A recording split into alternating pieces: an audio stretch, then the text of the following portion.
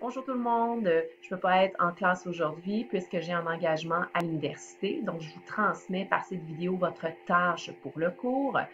La première chose que vous devez faire, c'est d'avoir en main votre deuxième document d'écologie. Vous allez devoir compléter la section qui est au niveau des relations trophiques. Le premier exercice que vous devez faire, c'est de remplir la petite pyramide ici des niveaux trophiques. Donc, il existe 3 niveaux trophiques, producteur, consommateur de premier ordre, consommateur de deuxième ordre. Donc, vous devez les mettre à l'intérieur de la pyramide. Et ensuite, vous devez trouver des exemples. Vous pouvez mettre des exemples qui sont en lien avec votre biome. Je vous suggère fortement. Sinon, si vous n'en trouvez pas, vous pouvez trouver des exemples selon votre recherche web. Deuxièmement, vous devez remplir ici une définition, qu'est-ce qu'un décomposeur et qu'est-ce qu'un producteur, et faire un lien avec la matière organique et la matière ici qui est inorganique, inorganique et organique. Donc, premièrement, c'est quoi la différence entre une matière organique et inorganique? Donc, c'est à vous de le trouver. Et ensuite, c'est quoi le lien entre cette matière-là et les décomposeurs ainsi que les producteurs? Ensuite, on regarde ensemble un tableau pour bien distinguer qu'est-ce que des vivants autotrophes et qu'est-ce que des hétérotrophes, une définition de chacun ainsi qu'un exemple. Ensuite, une définition de la chaîne alimentaire. En haut de la page ici, une définition du réseau trophique. Vous allez voir qu'un réseau trophique, qu'est-ce que c'est? C'est un ensemble de chaînes alimentaires, d'où le fait qu'on l'appelle réseau. Et ensuite, la partie hyper importante ici, là, vous voyez lièvre, flèche, renard, c'est de comprendre comment bâtir un réseau trophique dans votre propre biome. Donc, vous devez mettre en valeur une chaîne alimentaire dans votre affiche scientifique. Donc, vous devez vous renseigner au niveau de votre animal. Donc, est-ce que votre animal a un prédateur? Est-ce qu'il est mangé par quelqu'un? Qu'est-ce que votre animal mange? Donc, vraiment faire la chaîne alimentaire. Et pour vous aider, je vous invite fortement à consulter le site EducMedia. Donc, on va regarder ensemble c'est quoi ce site. Sur le site EducMedia, vous allez dans la portion connexion. Comme identifiant, vous écrivez Sainte-Anne. Et comme mot de passe, vous écrivez EduMedia. Ensuite, vous faites envoyer et vous allez vous enregistrer automatiquement. Vous allez voir, ça va être écrit ici en haut, Collège Sainte-Anne. Pour pouvoir arriver aux différentes vidéos des écosystèmes, vous devez passer par le tout début ici, par menu, matière. Ensuite, vous allez dans environnement, écologie, écosystème. Et une fois que vous avez cliqué, vous allez avoir cette image-ci avec les différentes vidéos. Premièrement, je vous suggère d'aller voir la vidéo des chaînes alimentaires. Vous allez voir, ce sont des vidéos interactives. Donc, vous pouvez cliquer et voir qu'est-ce qui va se passer avec les différents items. Donc, par exemple, ici, donc, on vous demande de faire un réseau trophique des différents animaux. Donc, qui mange qui? En premier, on va avoir nos producteurs. Ensuite, on va avoir les sauterelles, consommateurs de premier ordre.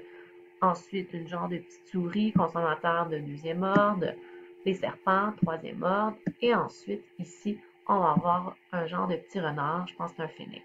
Donc ensuite, on peut faire valider et on regarde si on l'a bien fait ici, notre petit niveau trophique dans cet environnement-là. Donc, vous pouvez faire différents exercices pour bien voir et vous pouvez voir que ça représente un peu vos différents biomes.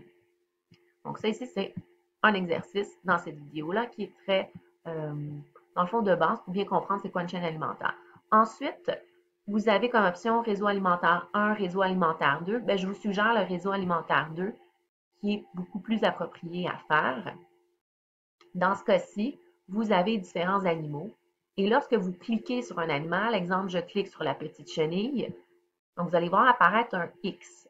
Donc, qu'est-ce que ça veut dire? Ça veut dire que la chenille, si elle disparaît, c'est quoi l'impact sur les autres vivants dans la chaîne alimentaire? Donc, on voit qu'il y a des vivants que leur quantité, leur biomasse va diminuer, tandis qu'il y en a d'autres qui vont augmenter. Donc, leur quantité va augmenter. Donc, l'impact à long terme, lorsqu'un vivant va disparaître ou diminuer dans une chaîne alimentaire.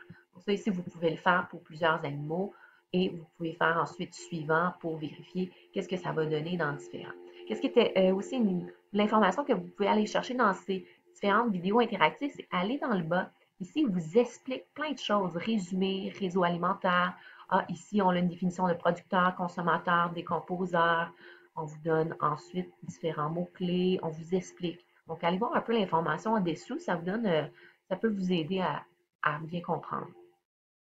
Donc, réseau alimentaire numéro 2 à faire.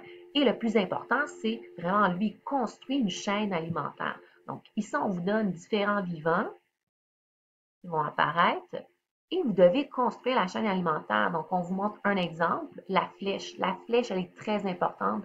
Vous devez savoir que le sens de la flèche, il est vraiment crucial. Donc, quand vous allez vous-même créer votre réseau alimentaire, votre chaîne alimentaire, là, le sens des flèches est important. Donc, qu'est-ce que ça veut dire? Ça veut dire que la petite souris, donc je commence la flèche ici, la petite souris est mangée par, donc la flèche se termine. Ici, on a un genre de hibou. Donc, la souris est mangée par le hibou. Par exemple, si on prend la grenouille et que je crée une flèche qui part de la grenouille vers le serpent, donc on voit ici que la grenouille est mangée par le serpent et ainsi de suite. Donc, vous pouvez vous amuser comme ça ici à mettre des flèches et lorsqu'elles apparaissent en bas, ça nous montre que vous avez fait le bon lien. Okay? Et également, vous avez de l'information en dessous qui vous informe un peu, OK, les flèches servent à quoi et mangées par de votre réseau alimentaire. Donc, ça peut vous donner aussi un peu d'informations. Donc, voilà pour les différentes vidéos. Alors, pour le cours d'aujourd'hui, je m'attends à ce que vous fassiez la page ici, numéro 8 de votre document et également le haut de la page numéro 9. Et le plus important, c'est vraiment de dessiner, créer un réseau alimentaire dans votre biome, incluant votre animal. Donc ça va être vraiment la partie la plus importante de votre travail d'aujourd'hui. Donc, n'oubliez pas de travailler en équipe et vraiment de commencer à faire votre affiche scientifique. Donc, on se voit demain. Bye. Bon cours tout le monde.